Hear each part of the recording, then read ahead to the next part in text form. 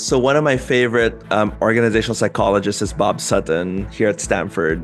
Right. He's in the School of Engineering, and he talks about this idea called executive magnification, Right. which is this idea that when you have power, and if you are a leader, if you're a manager, you have power. Like you might think you're one of the gang, but no, you have power.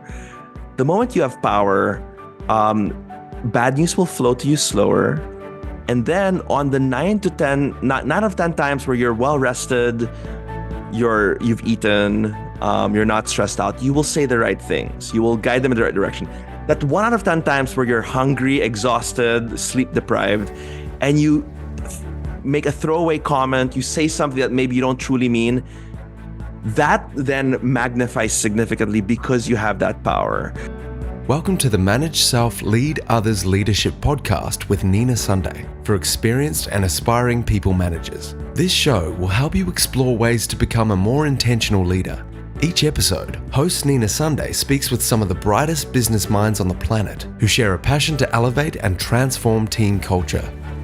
Workplace culture hides in plain sight. Is yours flourishing? Join the movement to make your workplace a better place to work. Are you ready? Because it's time to manage self, lead others. I am honoured to have a very special guest today. Martin Gonzalez is co-founder with Josh Yellen of Google's Effective Founders Project, a global research program using people analytics to uncover what makes the best startup founders succeed. He's designed and run leadership courses for thousands of tech startup founders across more than 70 countries in the Americas, Asia, Africa, and Europe. A frequent lecturer at Stanford, Wharton, and INSEAD on organization design and people analytics. Martin has been at Google for 10 years and currently is a principal of organization and talent development, shaping team culture.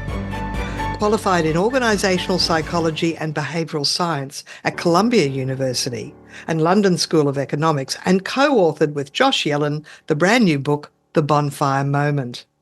Originally from Manila, he's worked in New York, Jakarta, Singapore, Taipei, and today speaks to us from San Francisco. Welcome, Martin Gonzalez. I'm really excited to have you with us today, Martin, because I just wanted to say that I've been a follower of the Google products for some time, like Google's Project Oxygen and the 8 good behaviors of a manager, and the fact that there are now another 2 and another 1, again, 11 good behaviors of a manager, and the self-assessments and the upwards feedback survey.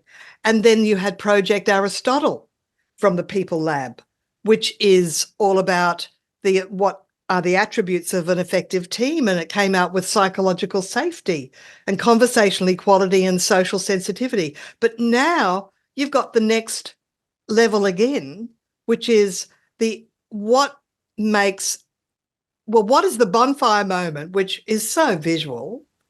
But let me welcome you, Martin Gonzalez. It's so excited to be speaking with you today. Thank you. I'm thrilled to be here, Nina. Thank you. And I'm going to say that this is my new favorite book, The Bonfire Moment. And you've got a co-author, Josh Yellen. And today you're speaking with us from San Francisco. Welcome, Martin Gonzalez. Thank you, Nina. It's great to be here. So I want to ask, how did you create the Bonfire Moment? But I think the first question is, why did you create the Bonfire Moment for tech founders? And that begs, is it for anybody that really has a team?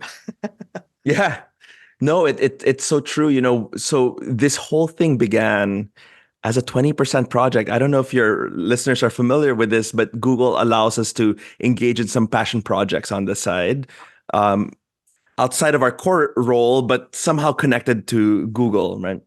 And so the Google for Startup Accelerator was being built about 9 years ago.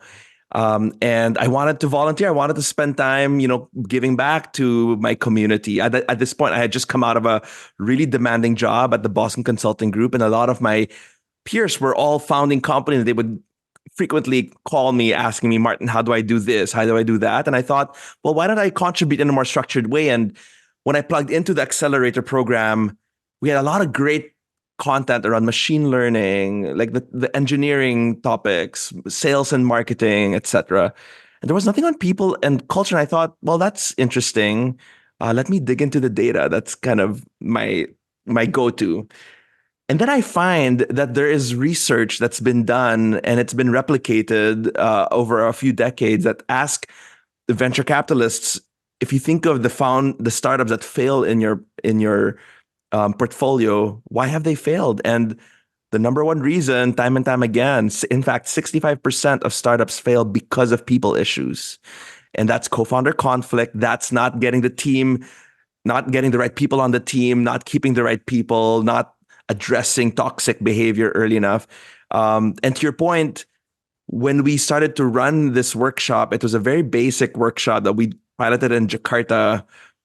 It received some really strong reviews, and we thought, surely there's some anomaly here. Let's try it again. So we bring it to Bangalore, and again, it receives this really positive feedback. We bring it to Sao Paulo, and at some point, it takes a life of its own. Now, you ask the question, like, is this just for startups? And the resounding answer is no. Actually, we find that when we've then run these workshops in larger organizations, whether it's at Google or in other nonprofits, for instance, across the world, a lot of the ideas resonate. And what we've found is that while they're not a startup in a strict sense, so many teams are actually under startup-like pressures. It's or teams there's that new have initiatives, there's a new division. exactly. There's restructures, there's amalgamations. So there are new beginnings all the time. All the time. And I'll tell you, this is the combination, right? It's big goals, Big goals, motivated teams, and then tight constraints. And then you have a startup. That's right. So that's everywhere. Yeah. So how do startups have a people problem? So, what I find when I work, especially with these maverick innovators who just want to build the future, right? Many of them come into this work obsessing over a problem to solve and then obsessing over the technology that's needed to solve that problem. Very quickly, they realize that the moment they hit a certain milestone, they now need to build a team around this idea. And then they realize that ideas are not nearly as important as good execution. And then they realize, okay, now I see what you're talking about all the people issues, right? And I think all the way up to the point where there's pain around the people aspect of the business, it's so easily swept under the rug. I mean, so much of this is in the zeitgeist a little bit. Like we want to put on Instagram or an X or on LinkedIn all the cool tech progress we've made. No one puts on there the cool kind of leadership progress or organizational progress we've made, right? That's true. They think in terms of products and tangible milestones, but we've got milestones with people's interactions, and of course, I notice in the book you've got Tuckman's model, which is forming, storming, norming, performing, and you're saying there is teams don't just, it's not a linear process. They can actually start storming, which is actually not, it's sort of what are the features of storming? Is it interpersonal conflict or misalignment of goals, or what? It's the many small and big frustrations that you have when people are involved, right? It's yeah. Oh, I didn't realize they're constantly late for meetings, or there's a way that they express their ideas that just doesn't work with me, or it's the way they make decisions that I don't feel is as principled as the way I would. It's all these and the small things are just as important as the big things because they accumulate over time. And it's so by the way, on the Tuckman model, like it's so great to speak to someone who's read quite a bit of the book at this point. That is one of the things that has really lasted. It's an old model. It's been around since I think maybe the 60s or 70s, but it's one of the few things that I think has really stood the test of time that I bring up time and time again with founders. And it's a very useful model. Yes, absolutely. Absolutely. So you talk about the 4 traps. You've got the trap of speed. Well, we'll go into all of them, but the first one I think is the trap of speed, and Yeah, you do talk about the various paradoxes that appear, and that's the first one, which is speed creates drag, which reduces speed. It's almost comes from physics, and that's right. some of the best management consultants have studied physics, I've discovered, because it's the natural law. Yeah, that's right. There are very few things that can defy those laws, right? Unlike social science laws, if you will, like many of that Yeah, you can defy in some ways, but yeah. not physics. Yeah. So tell us about the drag issue, that when people are just moving a million miles an hour, because you see, what is it? What's the saying? If you go alone, you can go fast, but if you go with a team, you can go far. Yeah, That's one of them? that's right. No, that's exactly it. So you're right to pull out that very important encapsulation of the problem, right? Which is especially in startup like environments where you have really aggressive milestones and big goals to hit. It's so easy to fall into what behavioral scientists have called hyperbolic discounting, which is when I think of engaging in a certain or in some case purchasing an item or engaging in a certain investment of my time or effort, I have this inner calculus of if the benefits of that come immediately, we tend to be really good about understanding the true value of benefits that come in the present. But as soon as those benefits come far into the future, we somehow apply a discount factor. And a lot of this has to do with our evolution, and like it was beneficial for us to capture that one gazelle that was maybe not the fattest, but you capture it now as opposed to wait for the next one because who knows if the next one will ever come, right? But there's a discount factor we apply to things, and unfortunately, all the people and cultural issues, they tend to fall under that bucket of future benefit, which is something that I, again, through the book we flag as a trap of speed. Like you need to be clear about the research. The research shows that early decisions you make on your the way you hire people and the kind of culture you build help predict things like your likelihood of failure, your likelihood to reach an IPO, and if you do reach an IPO, how much of your market cap will grow over time. And a lot of that comes back to very early decisions you make in the company. In my experience, and I've fallen into this trap with a rookie mistake of a manager, is you hire one out of one person. You interview one person, you go, you'll do, and you grab them.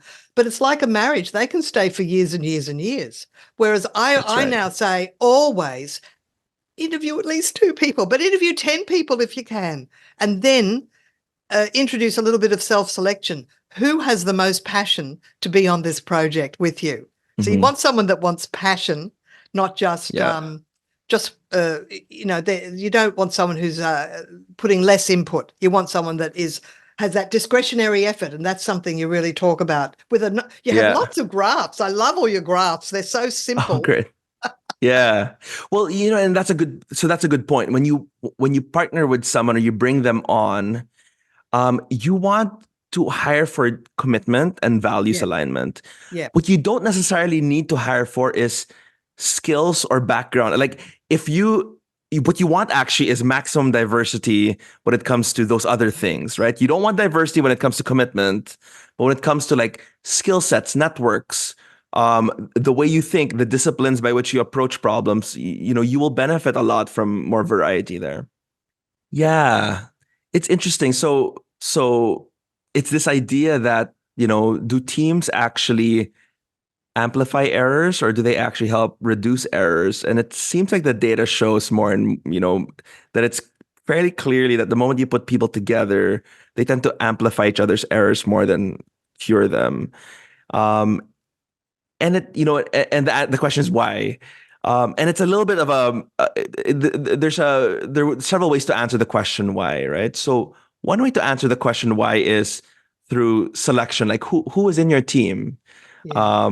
and from the research on startups, and you'll see this as well play out in larger organizations. Many people will build a team around people that they know and trust. In the startup setting, the reason is because I only have a dream. I probably have no salary to pay, really nothing else other than my own personal credibility. And this pitch deck, most likely the people who will come with you are your friends and family. And we see that most people will do that. In corporate settings, people will bring in people that they've worked with in the past. It's an expedient way to build a team. But what we found is that as a result, the cost of that relationship is doubly more expensive. You have a professional relationship and then you have a personal relationship. So if somehow I need to come into conflict with you and it risks the relationship, well, that's a lot more expensive of a relationship to risk. That's right. And so So we it find may that create people, artificial harmony. You don't say what you that's really right, think. You don't disagree, and you really do talk precisely. about having just questioning beliefs and having that vigorous debate about things. That's right. That's Mm. exactly it. The other way to think of why this is tricky, this trap of the inner circle is tricky, is really about how the team. So you have the right team members. So you've partnered with friends and family. You've built a company with them. Like, should you just close shop because you're bound to fail? Well, the answer is no. You could. The point is, there's a lot more work you need to put in to make sure it's a really healthy team dynamic. Mm. And we do spend some time in that chapter talking about, how do you increase the quantity and quality of your disagreements, and because you want to do both. Yeah, look, I can relate to all of this, Martin, because when I was growing a team, I was really focused on results initially, and in the last decade, when I had a big team, I started focusing on leadership and culture, and it made all the difference. Made all the difference. Yeah. But you've got the next trap is the trap of the Maverick Mindset. Tell us about Yeah. that. So we talk in that chapter about several myths that these mavericks bring in, maybe to highlight for, three that I think are particularly interesting to highlight. So one is there's a myth around hierarchy, and scaling without hierarchy, and how, hierarchy means bureaucracy, and therefore we must, remove all forms of hierarchy. Well, the research And shows that was actually true about the early days of Google, wasn't it? it was indeed true. There was a time we actually, in our engineering team, there were a few hundred people there. We removed the management layer and had all of them report into a single VP of engineering. And it was not a healthy experiment, we discovered later on. I mean, part of what I think we learned the hard way was, one, this VP was spending so much time approving expense reports and vacation leaves. Oh. And then more than that, we discover as we do Project Oxygen that managers actually do matter in many other more substantive ways. Performance is actually better when you have a really good manager. But a lot of this, yeah. Go ahead. I was going to say that was obviously a really good experiment, because out of that came the Harvard Business Review case study about do managers matter that was Project Oxygen. So that was That's right. The 8 good behaviors of a manager, and now there's another 2, and I think there's even another 1 around decision making. All right, so it's the myth of scaling without hierarchy. There's about 6 myths. There's the myth of structural harmony. Yeah, that's another important one that I coach a lot of leaders around. I think there's an instinct when they start to get these people things right. There's an instinct to say, well, if I see friction and conflict, like, let me address some of that. And we try to talk about how there are 2 kinds of conflict you want to pay attention to. There's personal conflict, and then there's structural conflict. Right. Personal conflict are things where 2 individuals don't get along, and you want to be able to address any personality clashes in the team. But there's structural conflict that often sounds something like the CEO who is in front of investors, constantly making promises for what we can deliver, almost systematically has issues with the CTO who needs to worry about reducing tech debt or has to think about delivering these products on time. Now, there might be some personal conflict there, but there's actually structural conflict there where the CEOs that role is really built to really orient towards what needs to happen to reach the next few milestones, whereas the CTO needs to be looking at both present while they're working towards the future. Sales and marketing have similar conflict. Supply chain and the sales team. We want more stock. well, show us demand before we manufacture and spend more on inventory. So all of these things, while they show up as really painful conflict, some of them are actually healthy, and you don't want to resolve all of that conflict. Some of those tensions are inbuilt that you don't want to resolve, and you want to kind of use that to bring out the best in these different roles. Because the other myth is conflict-free growth, but believing that Yeah. growth, you have to have debate. And there might even be impasses at some point, but at least people are being honest about their feelings and their opinions. Would that be right?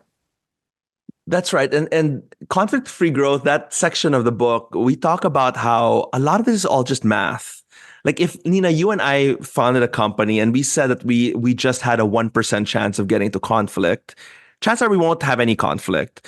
But if we had a group of 20 people with a 1% chance of conflict, like there will be conflict. And that's simply because with two people, there's just one relationship. With 20 people, there's exponentially more relationships Yes. to deal with and more chances of having conflict, right? Right. All right, we've got the next trap, the fourth trap, which is the trap of confidence. And it's one of my favorites to talk about, the Dunning-Kruger effect. Tell us Yes. about that. It's interesting. There was a moment where I thought we were starting to work with more and more skilled founders who were at more advanced stages of their company. And I started to get a sense that they were a lot more open and willing to learn.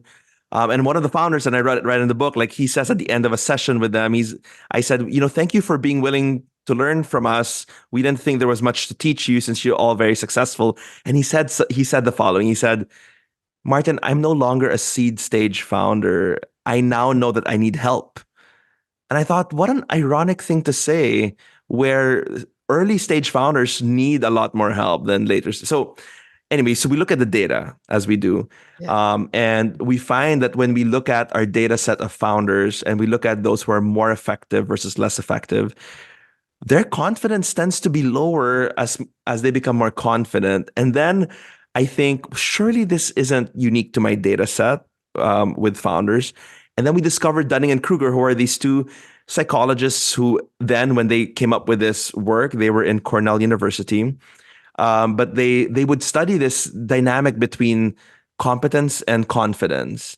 And some of the early studies, which I love just reading some of the early kind of history of this research, it has to do with things like they would ask people taking a test. They'll have them do the test and it'll have them answer the question, how likely am I to do well in this test? Right. And then they'll see that people who do terribly in the test tend to be very confident that they'll do well in the test. Another way that they've studied this is they ask American drivers, like, how many of you think you're above average in driving? Oh, yes. And it's something like 80% of American drivers in that study think that they're above average. And, simply that can't be the case, right? No. That you have 80% being above average, right?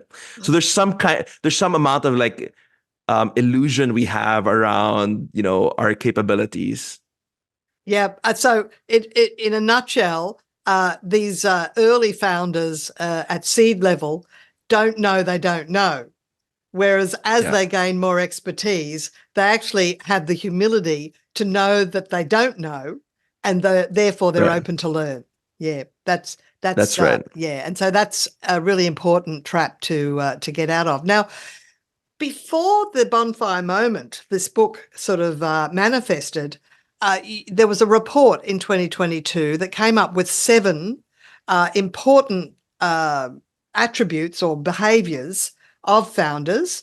Tell us about that report. Were you involved in publishing that report? Absolutely, yeah. I was the primary author in that report.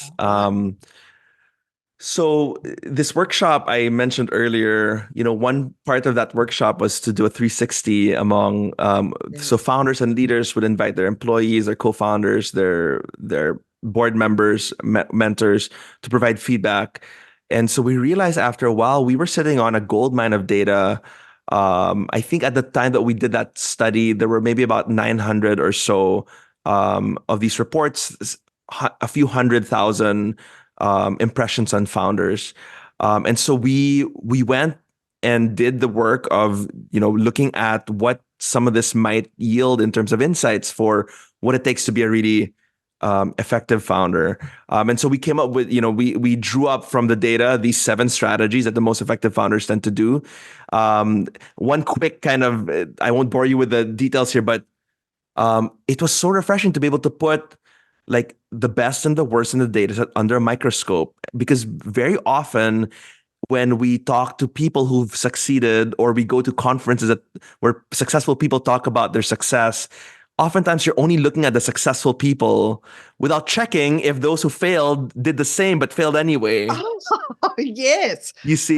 So yes. So there's a lot of ways to look at that pattern. Absolutely. Mm. And so that's what's usually called the survivorship bias, which is why is it, a good example of survivorship bias is, why do people say things like, this thing, it was so hard to find it. You find it in the last place you look. Well, of course you find it in the last place you look, because you won't continue looking for it once you find it, right?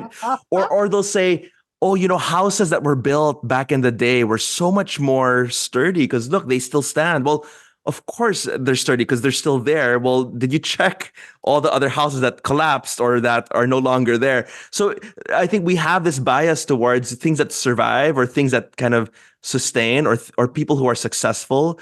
Somehow we look at them and think, okay, well, if we ask them why they succeeded, they will be able to tell us exactly why. And when you have this kind of data, you can actually be a lot more rigorous and robust in asking the question, because then you can compare what those two groups are doing and see what the real differences were. And also, you mentioned the 360, and I think at this point, I just want to mention that in the soft copy, there's a QR code that takes you to the website, where if you go to workshop and look under assessments, the workshop tab, I think, and the assessments, there's a free self-assessment, which I actually did. Oh, wonderful. But it might have been Dunning-Kruger because I was pretty effective. But I think that's because I've been 20 years a leader, and for the first 10 years, I'm the first one to say now, I was a mess. I did not do the right things at all. And then the second decade, I was able to actually repair and correct and be much better and be more conscious as a leader. Yeah. So now I'm sort of That's great. I still have a team to lead, not as big as the one I used to have. Yeah. Well, one thing about that self-assessment is because we understand kind of where the blind spots tend to reside, we actually flag for people who take the assessment. One of the things I've actually said to people when I do leadership training, which is to treat people like volunteers. So I was excited to see that that's one of your first of the 7 strategies. Yeah. So this idea that there's a certain psychology of good talent that effective founders really understand. They understand that really bright people, smart people, effective people, many of them have options and they can walk away. Many of them, none of what I pay them, whether how big or small it is, none of that justifies treating people poorly. And then they need to realize that, look, it's not just about my vision. It's about how that vision, if achieved, how will that make the lives of the people in my team, like how will that help them attain their own career goals? And so the effective founders we see in our data set understand how to not just talk about a vision, but know how to talk about a vision as it relates to other people's career goals. Do we have time for a quick story? We do. Absolutely. Stories are great. So one of the favorite moments I've had that really typifies this was this founder from Jakarta flies to Singapore. I'm at this point at Google Singapore, and he says, "Hey, I'd love to meet you. I need to ask you questions about my people challenges." And I thought, great, I'm happy to. But he says, "But come down to the food court." And so he comes down. I come down. I meet him for lunch. He brings out this brown envelope with cash. I'm like, wow, how loaded are you? He pays for my noodles and whatnot, and we sit down.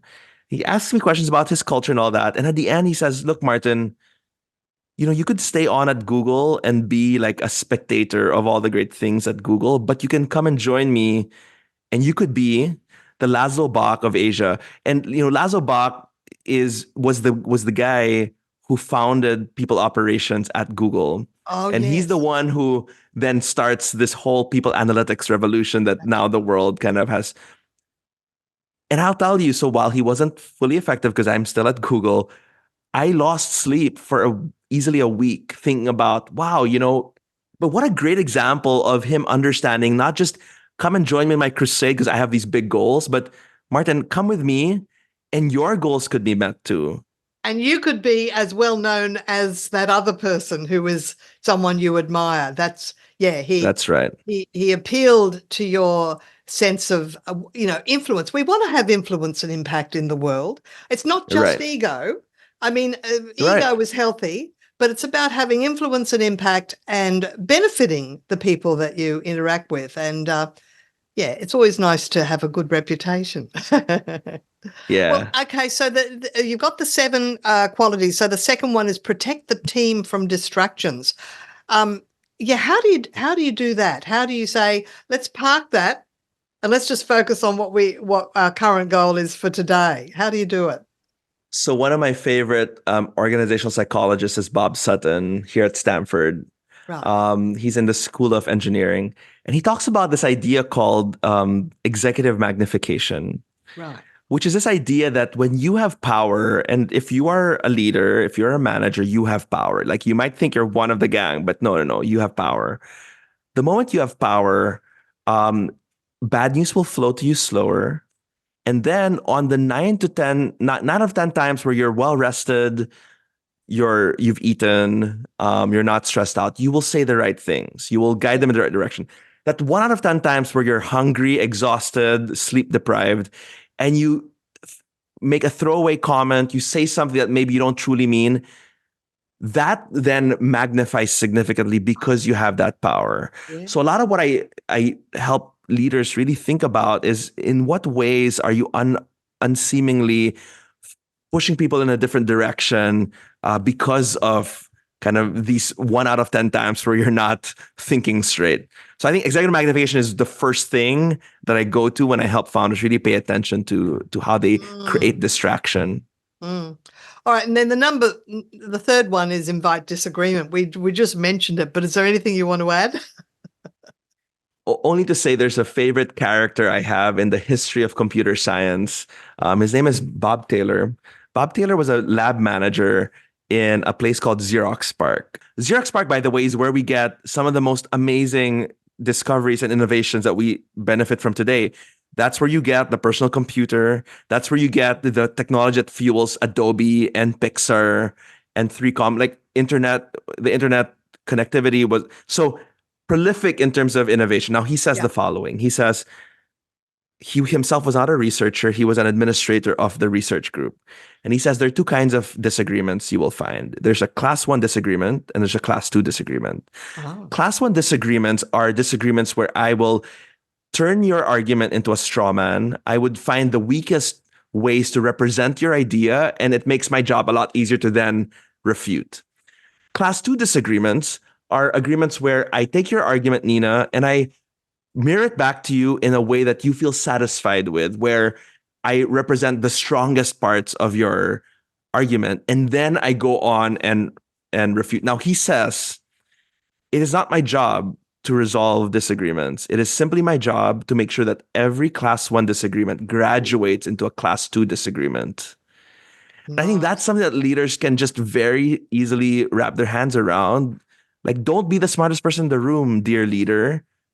Find a way to really bring out the best arguments in the team and make sure these are all class 2 disagreements. All right. Preserve interpersonal equity. I didn't quite understand that. Perhaps you could explain that one. Right. So it's what do I give in exchange for what I receive? Right. And we ask people to think about the level of fairness in the relationships, because we know that a lot of breakdown in relationships comes down to a feeling of unfairness. And that is, what do I expect of you in this role? What do I expect I will deliver in this role? And sometimes a lot of that is left implicit.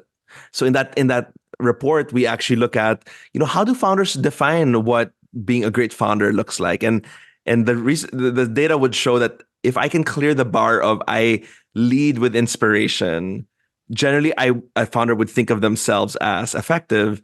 But when you ask the people around them, what do you need to see for you to rate this person as effective?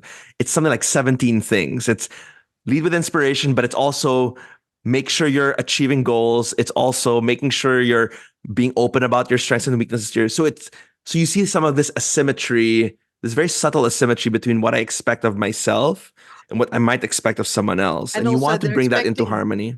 number 6 of the 7 is keep pace with expertise. And okay, do some people rest on their laurels and go, I know enough to succeed, so I don't have to keep learning? Is that how it works? So there's that. There's the I know this space and I can kind of, and in tech, people know in tech that you get outdated very quickly if you don't keep pace with that, with what's new in tech. But I think more than that, it's when leaders reach a point in their careers where they need to start managing tasks that they don't know themselves that intimately. There's a huge upside in doing something at least once. One is you then understand what it takes to get the job done to some extent. And when people in your team either give you excuses or give reasons why things can't be done, like you're a little bit more immune to some of that, giving of excuses. Secondly, you're able to then hire well for those types of roles if you've done it once yourself. And then third, while you might not be able to mentor those people in those specific task areas, you know enough at least to be able to then point them to maybe people in your network that you can, get them as mentors for these people in your team. Yes, mentoring is so important. Yeah. And then the final one is overcoming discouragement. That's the Yeah. motivational side. Yeah. What keeps people Yeah. motivated? So I love using this framework. It's one of the stickiest frameworks we use in the workshop, where we say that, in our experience in working with founders, there tends to be 3 sources of motivation. There's the head, the heart, and the wallet. Um, the head is I am motivated by a difficult problem and I want to build an elegant solution for it. The heart is I care deeply about a user base or a user group, and I want to build something that maybe benefits them, uplifts their lives, or whatnot. And then the wallet, there's a literal wallet, which is like money, finances, but we also ask founders to think about the non-financial wallet or the social wallet, which is through my title or my role in the startup or in this company. It gives me access to people that I otherwise would not have access to. It allows me to then shake hands with certain people. It allows me to then gain a certain level of status. And we ask founders and leaders to think about, what primarily motivates me to do this work? Because then depending on what motivates you, what demotivates you will also be slightly different, right? And so, and then if you have motivations across a team that are so varied, you can then do the thought experiment of like, okay, well, if I'm motivated by money and you're motivated by control of the technology, like how might we approach, a funding situation or a customer situation differently, and how might that cause conflict down the line? Well, look, we're sort of coming to the end of our conversation, and we've only touched on maybe half of what's in this book. I mean, as an overview, because there's also the whole thing about what happens in a Bonfire Moment workshop, and the 4 blocks, which I've got some notes on that.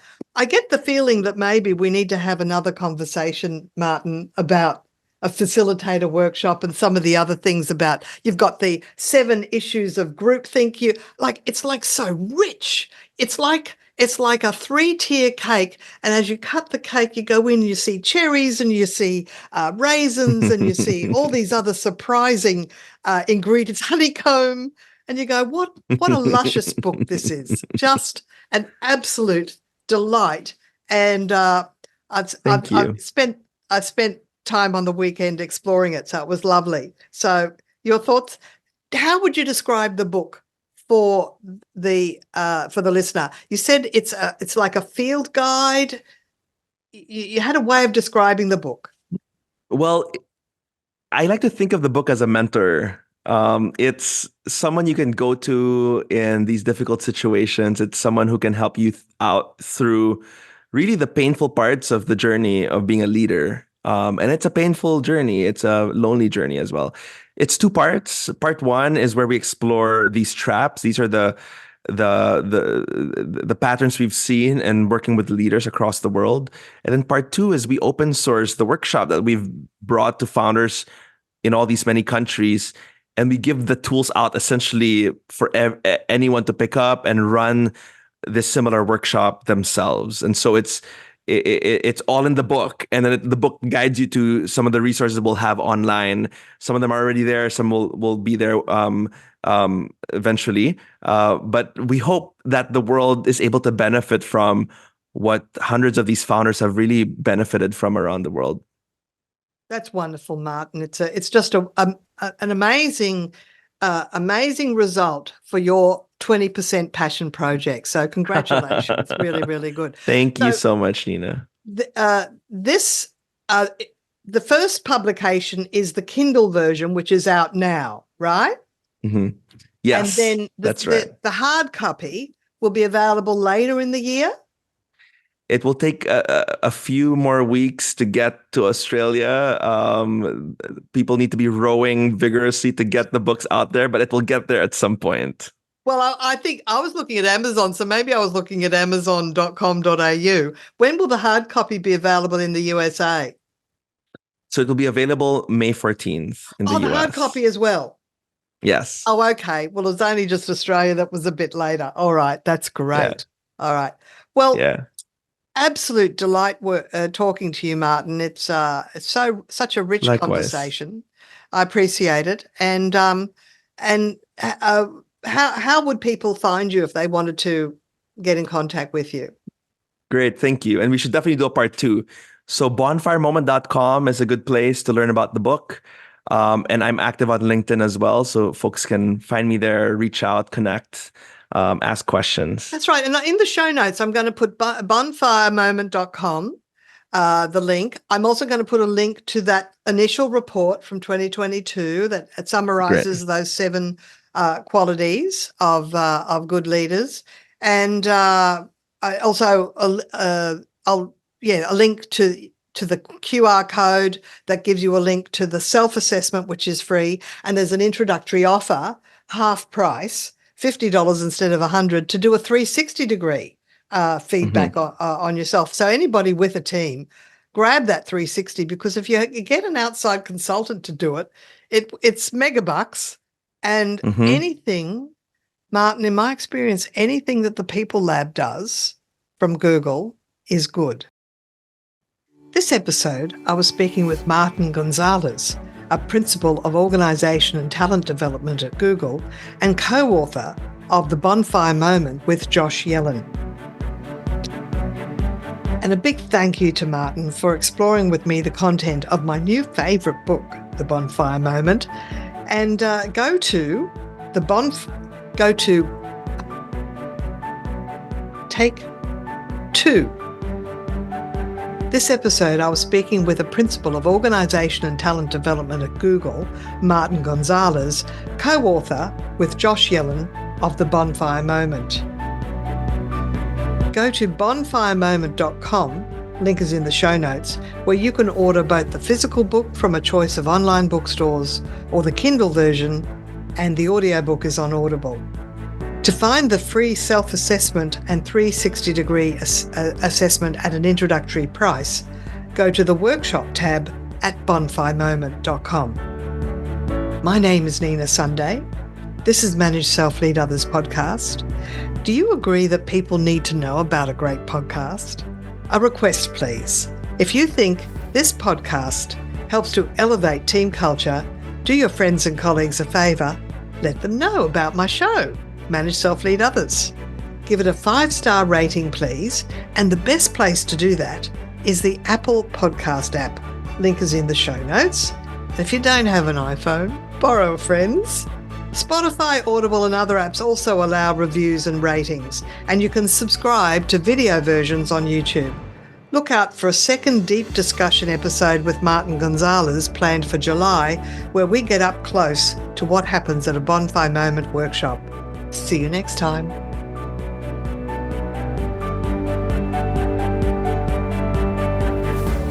Nina Sunday is on a mission to help leaders transform culture.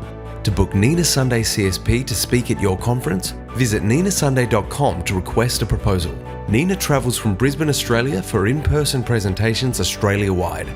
Twice certified virtual presenter, Nina Sunday presents virtually, globally, for any time zone.